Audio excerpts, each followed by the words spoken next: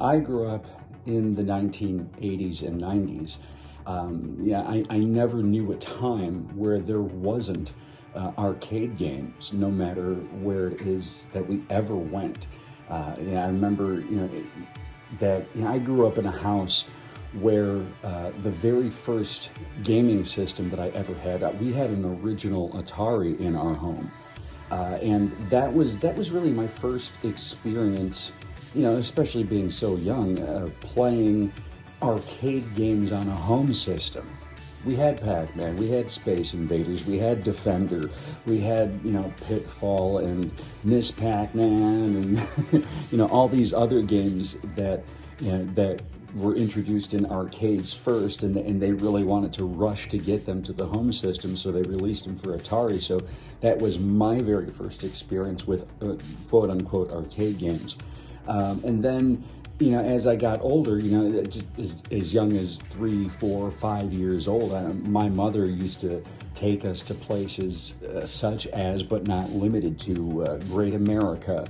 There was a really, really cool place that I used to love called Haunted Trails in Burbank, Illinois, which was like a haunted themed amusement park and arcade. There was also a place in Lombard, Illinois called Enchanted Castle, where I've been to a couple of times in my youth, but mostly in my high school and right after my high school years. There was also, there was an arcade called Uncle Bob's in Lyons, Illinois that we used to go to. And then there was a place that was a few blocks away from my house that had like 5 or 6 arcade games called the World's Largest Laundromat. And even to this very day, I live about a half hour away from one of the largest arcades in Illinois, in the state of Illinois, called Galloping Ghost Arcade, which is owned by Doc Mack.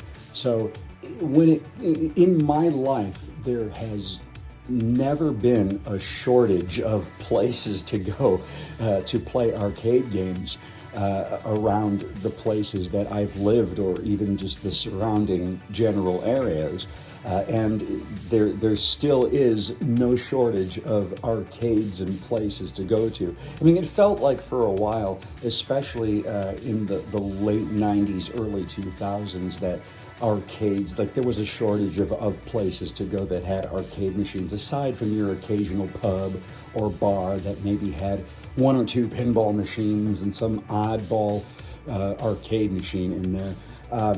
But again, it just kind of goes back to I never knew a time, I never knew a life without arcade games.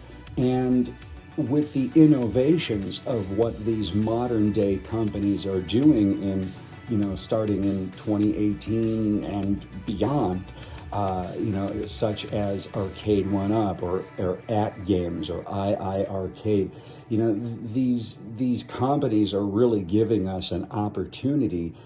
I don't look at them as arcade machines. I look at them as time machines. They are really, truly giving us an experience. Like when I play these machines, I'm not a 45-year-old man anymore. I'm 5 years old again. I'm 15 years old. I'm in my early 20s, when I'm reliving these games. I'm not just playing them, I'm reliving them. And it really is, it's an overdue gift. Kind of like, where the hell have these things been my whole entire life? And it's just really cool. It's so much fun that even though that some of us have access to go to real arcades, that we have an opportunity to have a piece of our childhood in our homes, and we're able to relive all of that again. So I don't understand, when people bitch and moan and they're so picky about their at-home arcade machines, because it's kind of like, to a point, we really have no right to bitch about anything, because these companies are doing us a favor, but at the same time, it's important that we always keep in mind that there's many different types of players out there. There's players who they're in it for the nostalgia, and then there's very tournament level pro players who always have this competitive edge. They always need to make the leaderboards and they need to be first place. And then there's people like myself where it's kind of like, I consider myself to be a hardcore player, but it's all in the name of fun for me. I enjoy, spending some time playing, games from the 90s like Mortal Kombat, and then I enjoy jumping on Miss Pac-Man and then switching to Defender and then trying some new stuff out, like on the II Arcade where there's these old school shooter games and puzzle games and things. And, I bounce around. I think I have over 10 machines in my house currently. And between the 10 machines, I have well over 80 different arcade games that I'm able to play at any given time. So I've got enough to keep me busy, for a long ass time. And, again, I'm one of those people, I don't ever want to complain because this stuff is a gift. And it's just kind of like, God, I wish that we would have had this stuff, 10 or 20 years ago in our houses because it could have saved me from a lot of boredom and depression, and would have been able to put me in a happier mental place as it does today. I mean, I really do feel that having such nostalgic joy in our presence every single day, it really has put my mind in a better place, given me positive things to look forward to. And, I can really, for a couple hours every day, I can lose myself in these digital worlds.